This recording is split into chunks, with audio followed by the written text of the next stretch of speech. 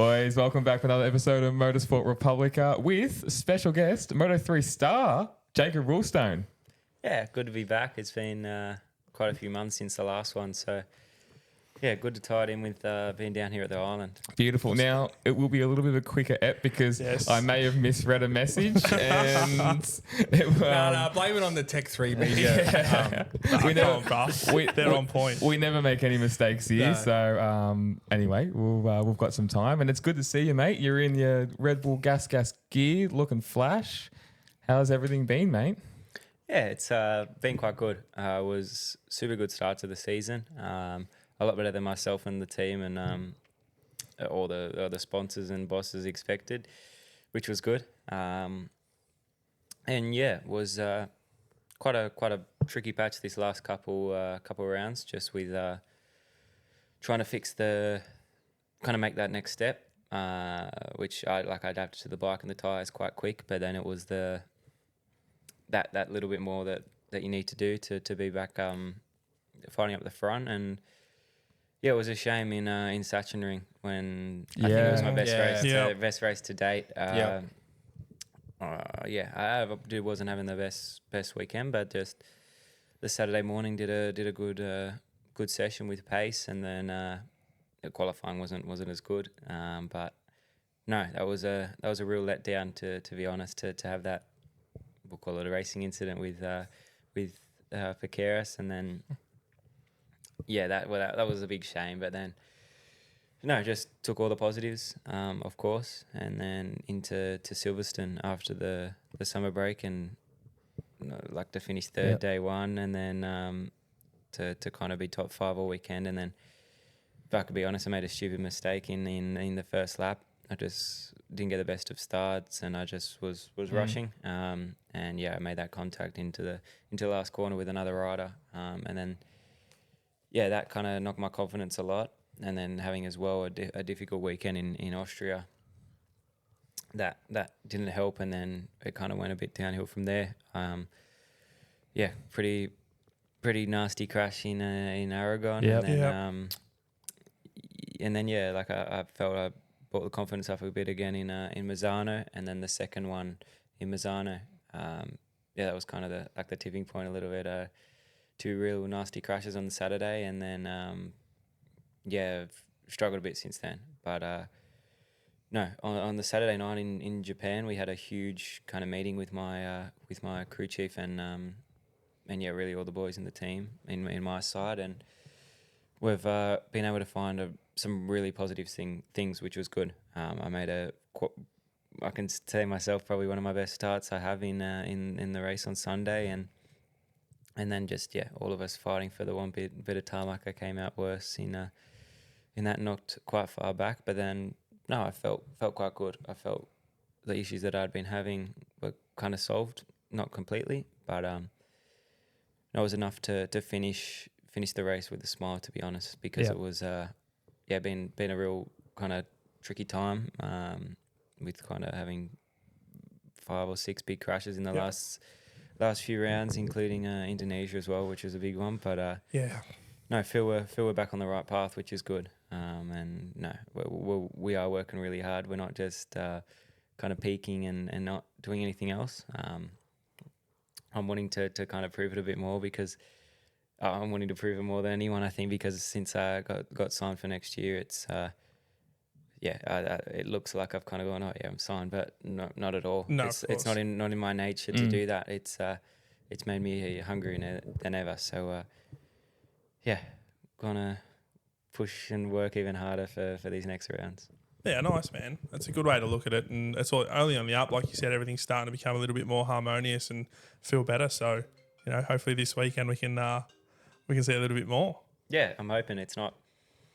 Yeah, of course, I'm wanting to go out there and win every session, get pole, and have a perfect weekend. But I know that's not very realistic, to be honest. I'll try, of course, but we're just keeping, although it's home GP first, all of the responsibilities that I have. At the end of the day, I still have to race, and just to continue working on where we left off. Yeah, awesome.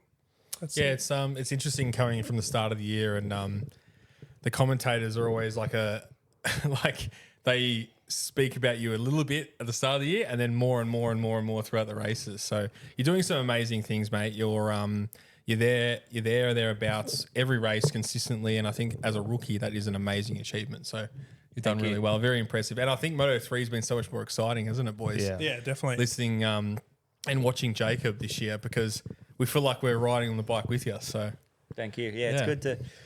I think good to, as in like Junior GP and Red Bull Rookies Cup, they only stream the races, so it's difficult to see the riders all the time, and then for the commentators to get enough time to speak to it, because it's basically, I want to say, an hour in maybe a weekend with the rookies with the two races, and then you don't get much time to talk about everyone. But no, I think I've been good enough to go, and I introduced to myself to all the commentators in Qatar, and Awesome, and that's a good idea. brought them out because at the end of the day they kind of can control what they say about you, that's right. And as well, if they're talking about you, then generally they'll put the camera on you. So I figured to do that, and I've got really good relationship with all the commentators to some place where all the BT Sport people and all of them, it's always good to stop and say hello to them, which is nice. And I think that's helped me a bit as well, to get, I want to say, a little bit more of the screen time, hopefully. Yeah, but, absolutely, man. But no, of course it's my grandparents are starting to get a bit pissed off because they're not seeing me on the front group on the weekend. But my nan keeps on saying she's hoping to not. She's needing better vision to look down to see me at the far back. So she's hoping to be more at the front, which I'm sure we all are, because a lot of people that Dad's saying as well, they were all saying that they would wish that they showed the second group, but it is what it is. But just have to get up there, which will be good. It seemed like at the first 10 rounds, like every single race, the second group you're first, like you were every single race, like and to be a rookie and doing that, I think is incredible. So, what surprised you the most with the bikes and the circuit and the whole kit and caboodle? What's sort of been a bit of an eye opener for you? To be fast on the first lap of the free practice on Friday morning. Like in Red Bull Rookies Cup, you kind of had the two sessions to work up to it, but and track time, you don't generally stop in the Rookies Cup and do a setup change. But for Junior GP, you have 2 days basically of free practice, 5 sessions, so it's quite enough time. But here it's kind of, all right, truck walk, do a big revision Thursday night and the previous days before, and then jump on the bike and be 2 seconds within lap record on the first lap. So it's it is tricky, of course, but like for this weekend, I'm treating it as a new track. Last time I was here was middle of 2000 or the start of 2019, I want to say. Yep. So, Long time ago. It was quite some time. I was meant to come down for a track day at the start of the year, but they resurfaced it, so it got changed. But no, I'm excited for it. At least I know where the turns are. That's about it. Right. But no, that for sure is the trickiest thing to do, and to. No, I feel with this riding and the aggression, and of course it's a little bit more aggressive. They ride closer, but all of that's normal kind of situation. It's just that's it, to get up to speed so quick, and for the pace to be so high. That's something that I find not only myself but a lot of people struggle with. Yep. But I feel like I'm getting there. Yeah, absolutely, man. We can see that from the outside. The adaptation, like Tom said as well, from the start has been awesome. Yeah, it's hasn't been too bad. How have you found the travel and stuff? Has it been like really taxing for you, living out of a suitcase for a lot of the year, or you adapted to it well? Yeah, it's generally quite good. We've only had really this period for the flyaways has probably been the most difficult, but because me living in Spain, it's a good kind of headquarters to say, because a lot of people travel from there, so it does make it a lot easier. And being near Barcelona, that's where I fly out of. It's quite a quite a generic place to fly in and out of to the places that we go. But no, I find it quite good. It's generally a week on and a week off, so it's good to be able to go home. But like we had Aragon to Misano back to back, and that was fine because I could go home. We just drove to Aragon, but then like Assen and Sachsenring were back to back. But I find it quite fine to leave out of the suitcase. Maybe not the suitcase weight is probably the most tricky part, but and traveling with mum as well. It's not very easy just to throw a pair of shoes in as well. But no, I don't mind it. I've really enjoyed the places we've gone. America, I enjoyed a lot. That was really. I find the flyaways everyone's a lot more relaxed. Where everyone tries to finish up as quick as they can and then kind of leave the track and enjoy the towns and enjoy the kind of life outside the track. Where we're in Europe, where all the mechanics are basically staying in the truck, so they've got no real rush, but like they still want to finish up. But like for here, it's like for Indonesia and like all of them, it's awesome to be able to spend that kind of quality time with the team as well, because everyone's generally staying at the same place. Only really here we're a little bit spread apart because of the houses, but other than that, it's been awesome to kind of travel and see new places. And for Indonesia, for example, we didn't go to Jakarta. It's the little island, so it's amazing to see the places that we get to, and I think that was the most wild place to date. How it is, just with getting to the track and just it's amazing. You don't see, I don't think I saw a person not smiling the whole time in there, and it was an eye-opening experience for sure. But no, those 2 days that we had, I think we arrived the Monday night, and then kind of the Tuesday and Wednesday, it was really nice to kind of relax. I don't think I've felt that kind of weight off my shoulders in quite a few years, so it was good to have that day at least. And that's then awesome. And then like Japan, I don't think anyone can not like that place. It's amazing, and then as well to be home, I was able to spend a week at home, so that was good as well, kind of feeling relaxed with that. Ladies and gentlemen, just a quick reminder, we are proudly supported by the great team down at Moto Heaven. They are absolutely unbelievable to deal with. And if I were you guys, I'd definitely head over to their website.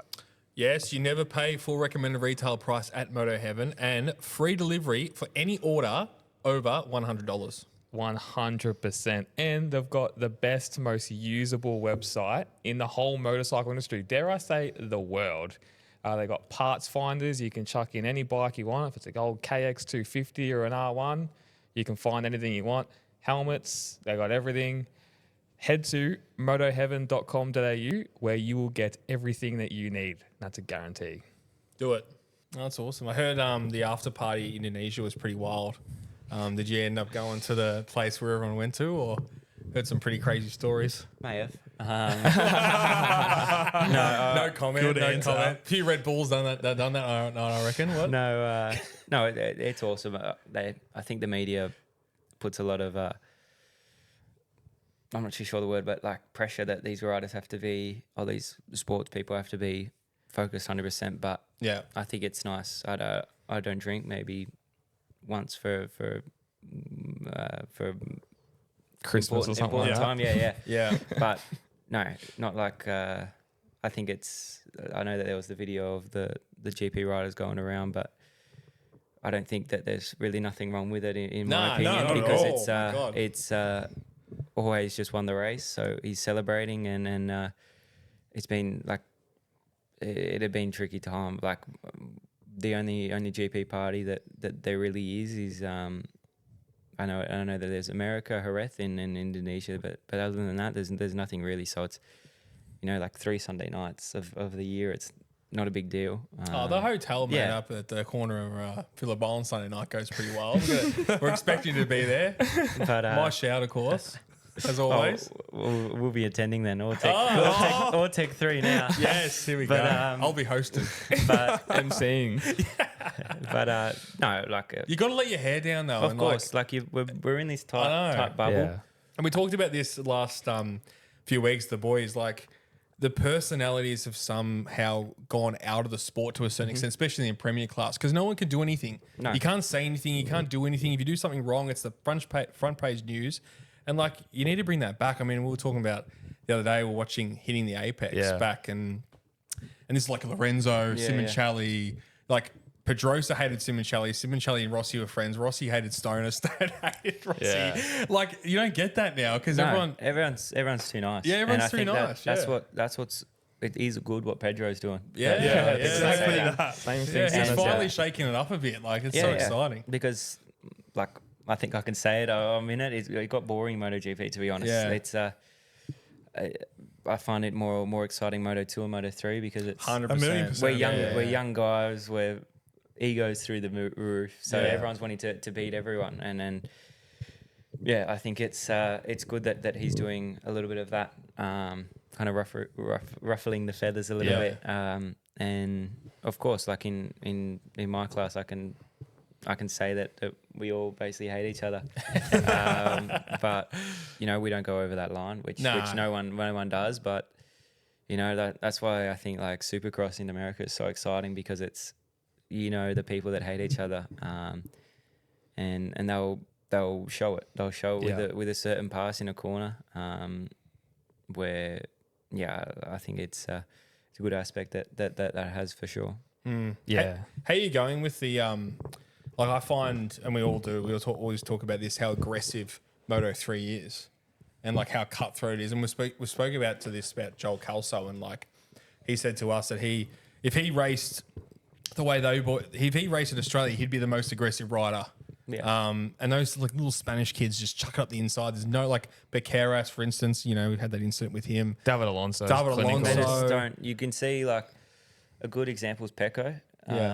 If he gets like a rider that shoves it up the inside, you can see the body language. He doesn't react. Yeah. Like if you That's see, a good point. Yeah. If you see, basically anyone else, a lot of the Spanish, Becerras is super hard to be able to kind of do a move like that because I don't think like you see everyone, they do that little bobble. Yeah. But it's something that they do from a young age. I was training with Acosta and with one kind of riding school that they do down in Murcia in the south of Spain at the start of the year, and it was for the day that it was him and I training. And when you're doing it like that, then you don't kind of you kind of anticipate it, and that's when you don't react like that. Yeah. That thing. But I'm riding around trying to get past by 6-year-olds on mini motos. Like that's like I'm not it's a little bit embarrassing to say, but it is what it is. Like even you can see like a lot of the Spanish riders as well. They're battling with a lot of the younger kids because they're just ruthless, and the little kids on the mini motos watching them go around. My mum was just amazed by.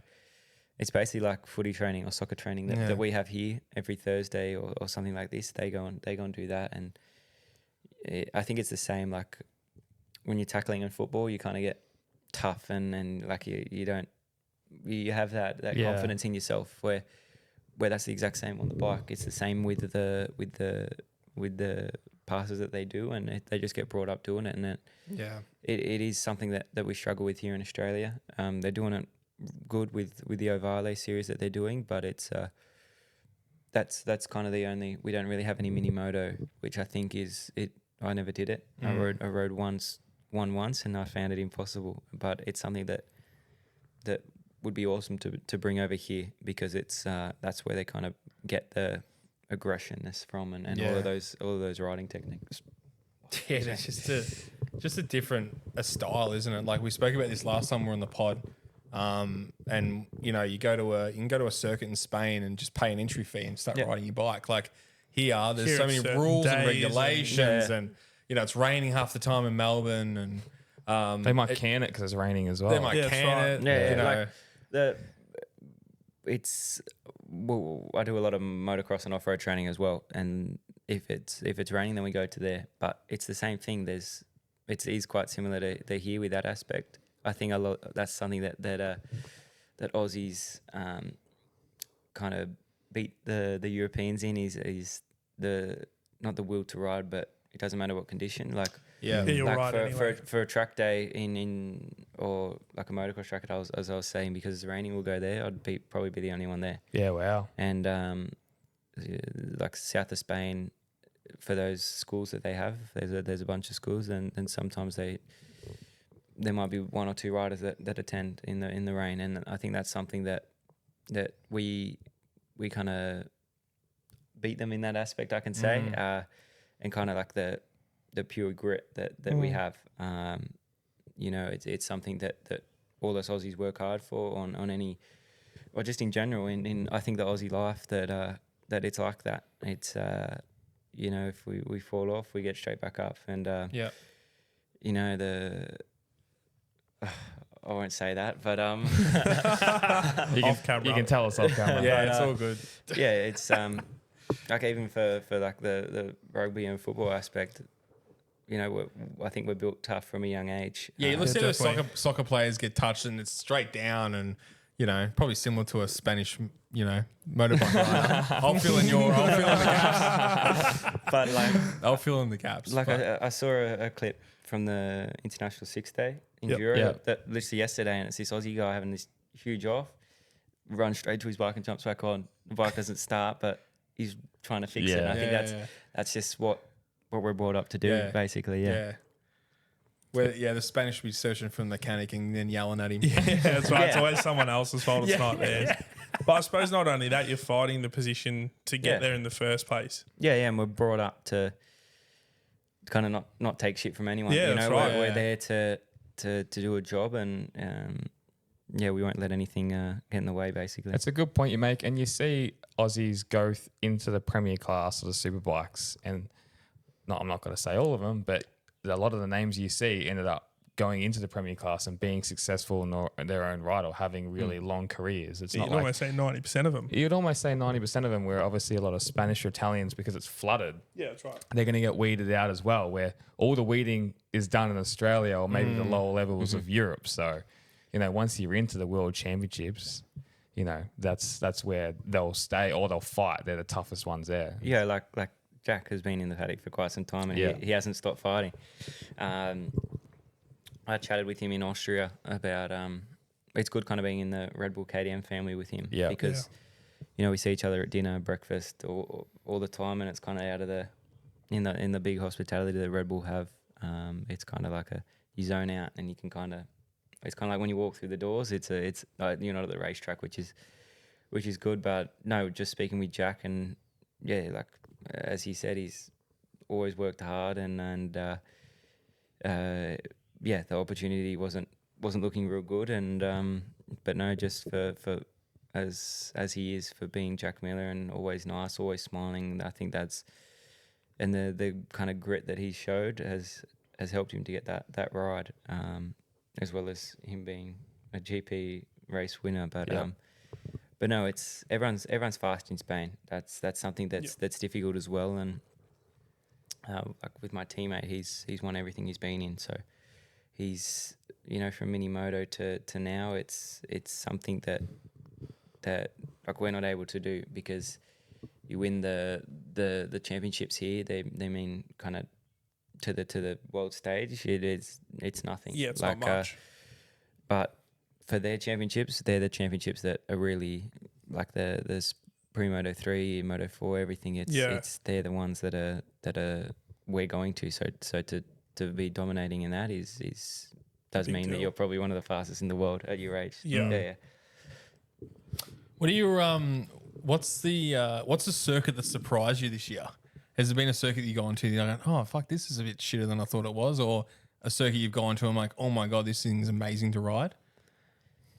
I think all of them. I'm someone that doesn't really have a favorite track or not a favorite track. I have tracks that I don't like as much, but it was Qatar. No, Qatar I like, to be honest. Oh, Daniel, one for you. Yeah, thank you. I Good remember track. you got some good praise when you were at Qatar at the start of the year. I think it was our first round, wasn't it? I remember I was able to straight into gear 2 and do, I think, 10th or no. Anyhow, a good result. That's awesome. But no, like it was something that I've gone to basically all the GP tracks through the Asia Talent Cup. Yeah. And Red Bull Rookies Cup and Junior GP. So it's something that has helped me as well. For maybe the Asian tracks, I didn't really remember Motegi as much.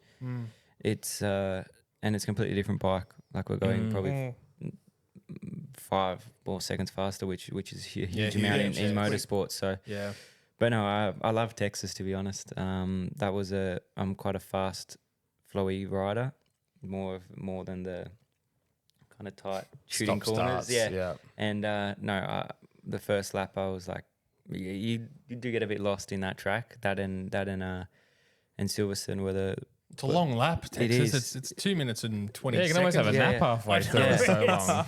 Well, you look at Sachsenring and like it'd be half the size, wouldn't it? It's crazy. Yeah, it's that's was good about the Silverstone and Texas is that they were so big and so difficult to learn. Silverstone, I think, is one of the most difficult tracks to learn to get fine markers. I felt lost on the first lap, to be honest, and we planned. I had like a little thing with Fabio after the day to my sister was a big fan. It was and it was her birthday, so I that's nice. We were able to arrange, and he took us to the motorhome to get a photo with them. But no, even you're still fans at the end of the day. I love that. It's so good. Well, speaking to him, it's a track that is quite flat, so you have no references. Yeah. And like I think it's Maggots and Beckett's, that last sector. Yeah. The first time I went in there, I nearly like cut the corner on the grass because it's just so blind, and that's why Texas was a little bit easy for me to learn because it's got a lot of elevation. But Texas, I want to say is probably my new favorite track. That's funny. That face is amazing. We spoke to Senna Aegis, Moto2 rider, and he hates Qatar. And didn't like Texas, and he hates Texas. Didn't like the bumps up and through turn or sector 1. You know what? Like it's the challenge, I suppose, isn't it? Like it's the and Texas to me is it's just such a long track. I think it's a scary track. Like it as is. you said, there's all the blind corners, and then that back straight, and then if you're in a pack of 20 riders, like you've probably experienced going into that like 90-degree left-hander. That's pretty wild. It's wild. It's like 3 tracks in one, Texas. And it's wide. And I saw the Moto3 guys. You're probably leading the charge, and there was 8 abreast going into the corner. You're just like, how are you all going to make it in? It's crazy. No, it is a bumpy track for sure with the cars, but no. I think it's such a wide track, which helps it for being so big and for so long. It's no, I think it's got everything. I think it's one of the only tracks that have kind of every possible corner or possible, braking situation or elevation on a racetrack.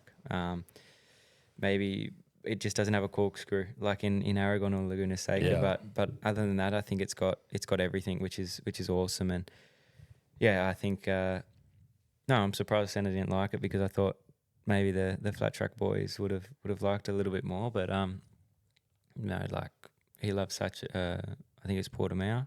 I think I remember you saying that's a crazy track. Yeah, that's a crazy track. And they're like, first time I went there in 2020 with European Talent Cup. I crashed on my first ever lap from oil, so I think that's played around with the mind a little bit as well. But that's a track that I've come to like as well. So I think at the end of the day, you can't have a favorite. Yeah, or you can't have a tracks you love, tracks you hate, because you still have to go and race them on Sunday. I reckon you're gonna have a different answer Sunday afternoon because you're gonna have an awesome weekend. You're gonna race that beautiful track down about of course, Phillip Island 5 kilometers that way, and you're gonna go, boys, I've changed my mind. Phillip Island number 1. He'll be saying that when we're at the hotel on Sunday night, spraying some champagne. No, I'm spraying Red Bull. Hopefully that's the go. Red Bull and just a little tiny bit of vodka to play. But no, I can't really say anything about this track because I've raced here on a. It's been so long. Like I've raced here on an 80cc, I could say it was boring. Flat stick. You would have been turbo. flat stick the whole way almost. You'd be pinned everywhere. Yeah. So So there's no real home ground advantage this week for you. You're gonna no, my teammate and I have ridden here the same amount of time. He's been here last year and me not, but no, I think if it was Eastern Creek, then it'd be a little bit different. Yeah, true. But no, Good I'm track excited just for it. quietly. Yeah, Creek, I was there. underrated. I was there at the start of the year. It's pretty dope. Yeah, it's a shame.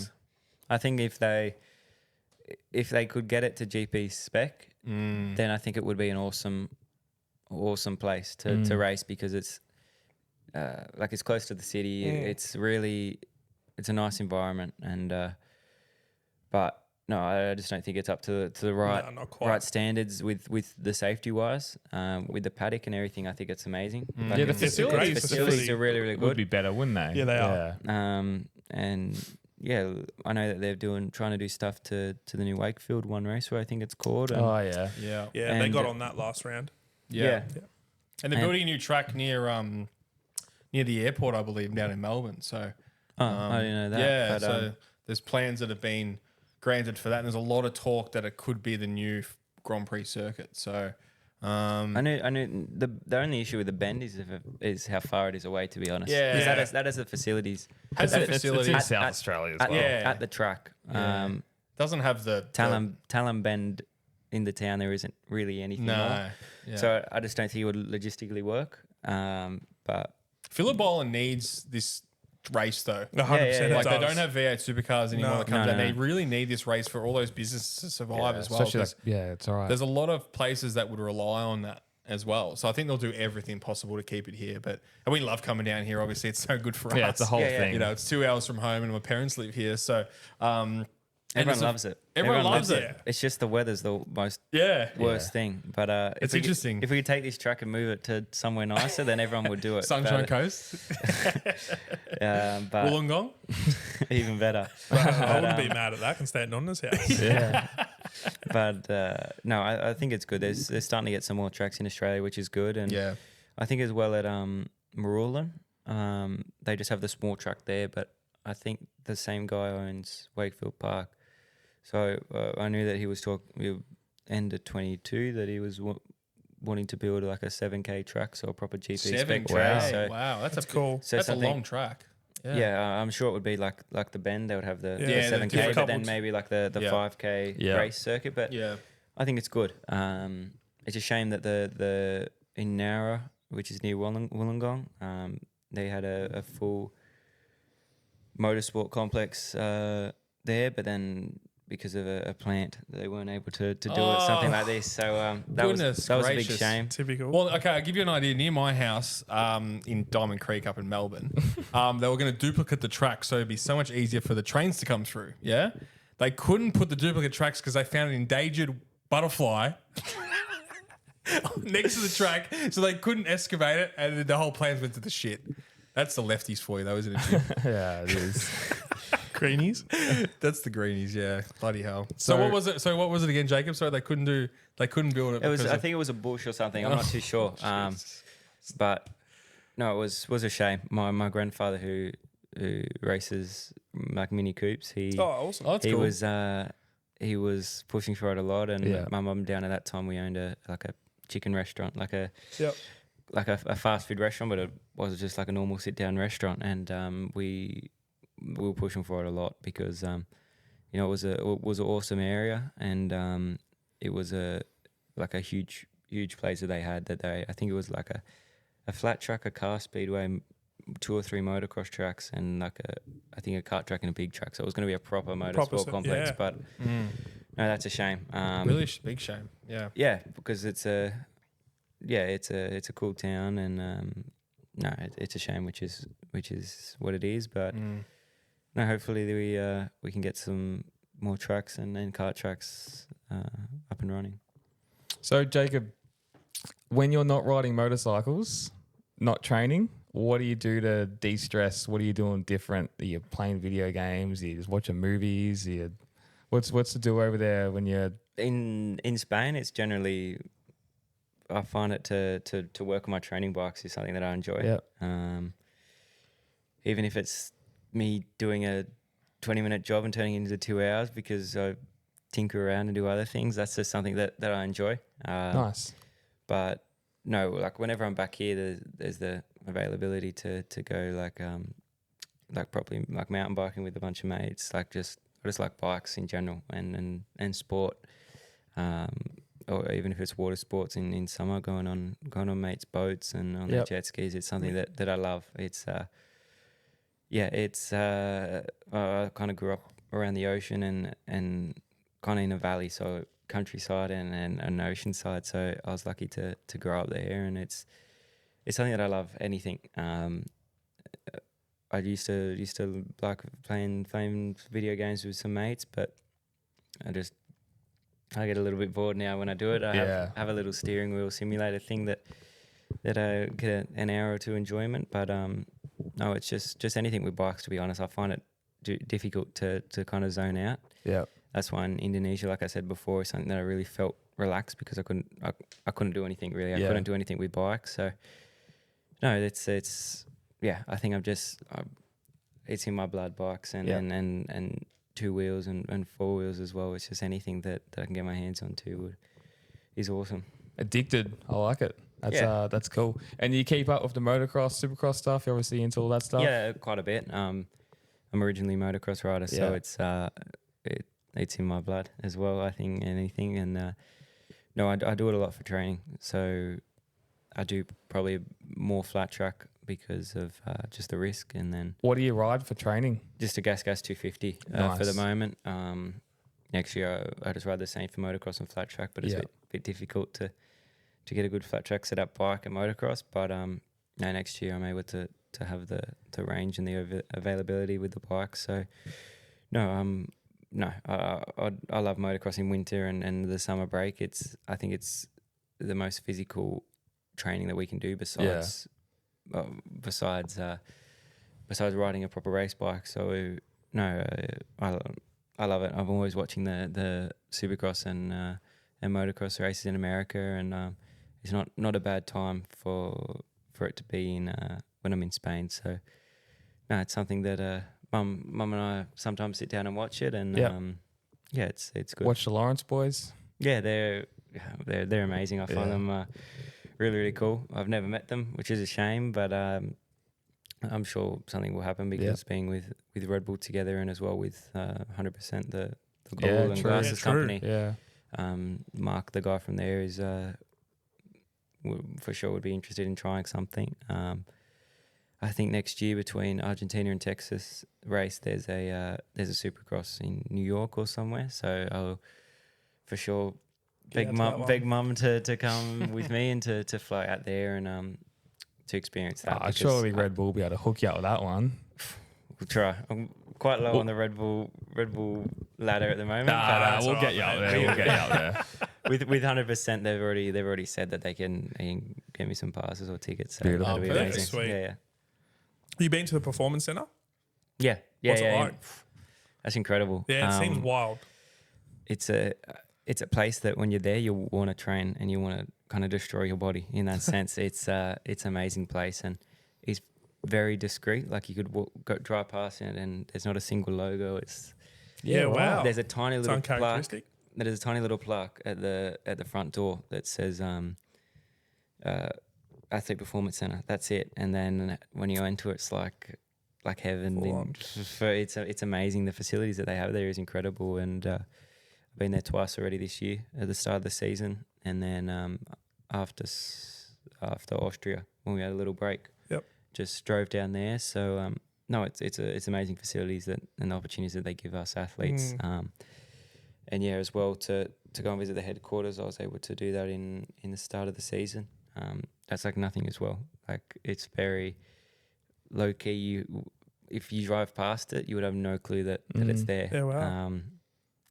I think that's something that I love about Red Bull. It's very, it's very focused on the athletes, and it's focused on the events that they do and selling the can, because that's what they do at the end of the day. That's right. They don't really make money off us riders. At the end of the day, it's selling this can. But no, it's amazing facility that they have there. It's kind of they run the towns and everything. The APCs is like 20 minutes from the from the headquarters. So when you're there, you can join both things together to visit. But no, I'm very, very proud to be a part of this company because it's it's something I dreamt of as a kid.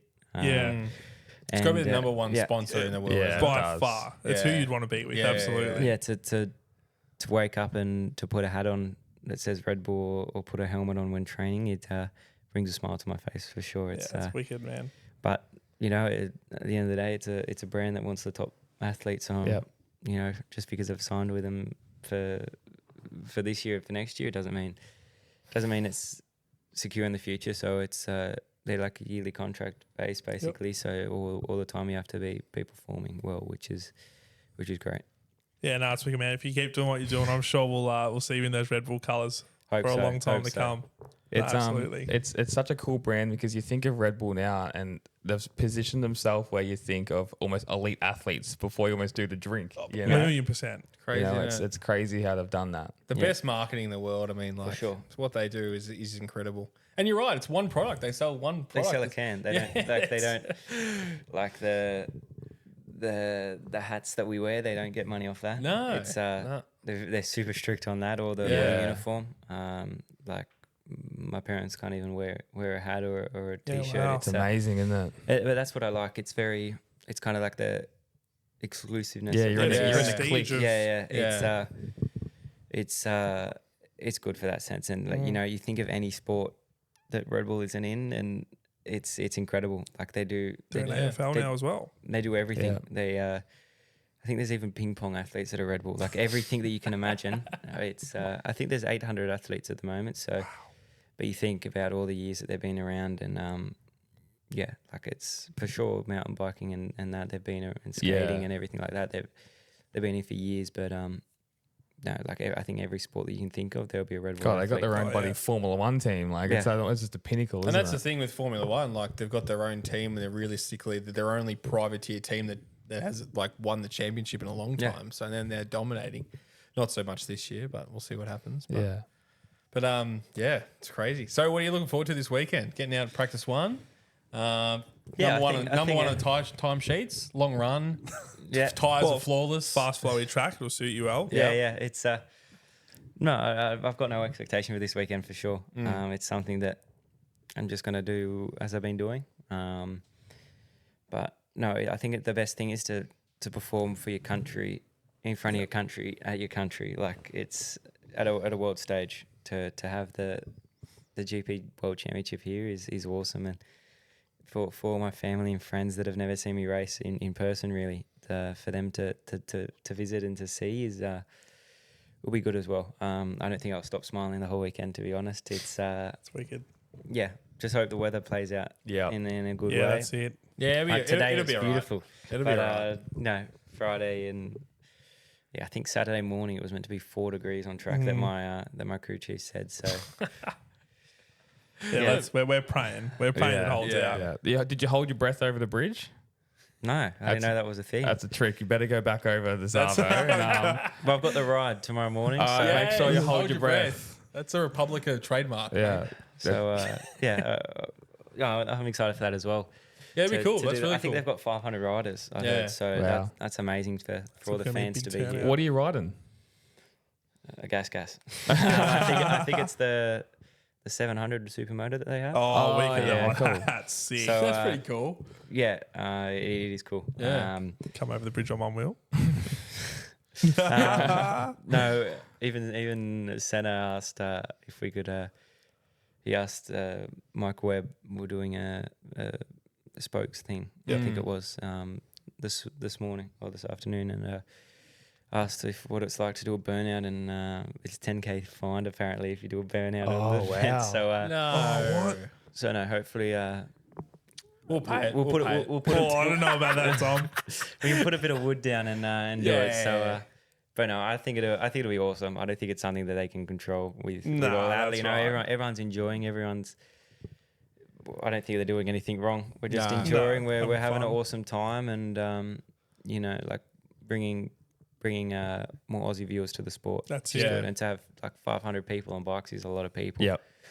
To do and to kind of lead the parade with Mick and Jack, and it's amazing. And yeah, I've got a special helmet as well this weekend. Yeah, I was just about to cool. ask. So we got some special helmet and gloves and all that. Care to share? No, only helmet. I completely forgot about boots and gloves when I could have easily done the boots, which I was a bit annoyed about. But no, I've got a really cool collaboration I feel with my helmet. Kind of gave it away already, but no, it's world exclusive here. Yeah, exactly. You've heard it here first. But no, I think it's got good meaning. Yeah, sweet. It's was good. Was it challenging to fit it in because Red Bull has their strict colours and their strict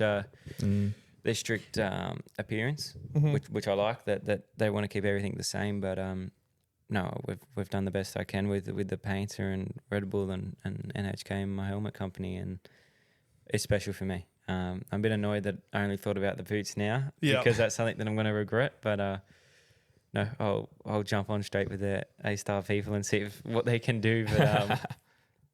But I'm excited to do it because it's got for it to be my first GP in home. It's it's going to be good. You're going to roll that out on the Friday? No, Sunday it'll be. So it's a lot of anticipation. Yeah, it's. I think I'll do Saturday. Maybe I'll pull it out for qualifying. But no, it was only 2 helmets that we could paint. Okay. So yeah, it's better to keep it for maybe a special. No, I think I'll just do it for the race, to be honest. Yeah, nice. But no, I think it'll be good. It's good media thing tomorrow with them as well. So yeah, should be good. That's awesome, man. I can't wait to see it. That's very exciting. Beautiful. Jacob, it's our time's good up. timing. Thank you. He's a very busy man. He's a man. He's too busy for us now. He's too busy. I do want to say it's awesome to see you smiling. It's so apparent that we've obviously spoken to yourself and Senna how good it is to be back in Australia. Yeah, so it's good. It's a really probably the biggest thing. Patriotic. Yeah, it's really great. It's really cool to see. It's and mate, we wish you the absolute best of luck of the weekend. Rest of the year, next year, I'm sure we'll keep in touch. You'll hear us from the grandstands. Yeah. Yeah, it's good to see. We've got some merchandise and stuff around. I think it's available in the Island Tire. Oh, beautiful place. Shout out. Go and get on it, guys. Yeah. Absolutely. Go get a curry and or a Thai meal and Hey. JR12 merch as well. Yeah, So, that's it. So no, it's awesome. We've got quite a lot of people that have wanted the merch and some marshals as well who've wanted flags. So, Sick. How good. so we've got some flags flying around. So I think that's something very special for me to go around the track and see. So no, I'm excited for it, and no, I don't. Yeah, as I said before, I don't think I've stopped smiling all the unreal, weekend. man. So yeah. We're so happy for you. We're so excited. We'll see you in the back of the paddock as well. Yep. Yes. We'll see you in the pits. We'll want to sit on your bike and Yeah, don't forget about it. You boys can show me how it's done. Tommy will. Thank you. Someone's finally said this. See you, mate. See you guys. Cheers, man.